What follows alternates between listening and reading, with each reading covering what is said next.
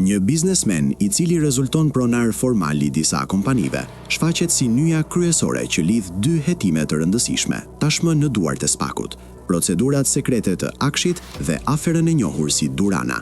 Bëhet fjalë për Gëzim Hoxhën, një emër që përsëritet vazhdimisht në dosje, por që deri tani ka shmangur përgjegjësinë penale.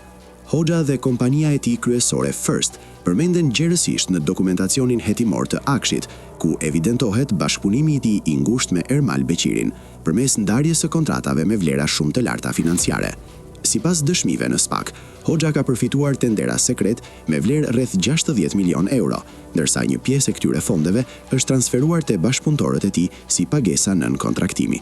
Lidhjet e tij shfaqen edhe në skemën Durana, ku përmes kompanive guask të regjistruara në Xhavzotaj, miliona euro para publike janë qarkulluar pa u shoqëruar me detyrime tatimore apo fiskale. Kjo strukturë fiktive dyshohet se është përdorur për fshehje fitimesh dhe pastrim parash.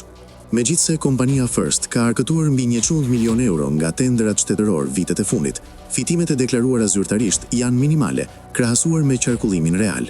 Dyshimet shtohen edhe nga pagesa të mëdha të marra pagar nga institucionet shtetërore, veçanërisht në fushën e sigurisë kibernetike.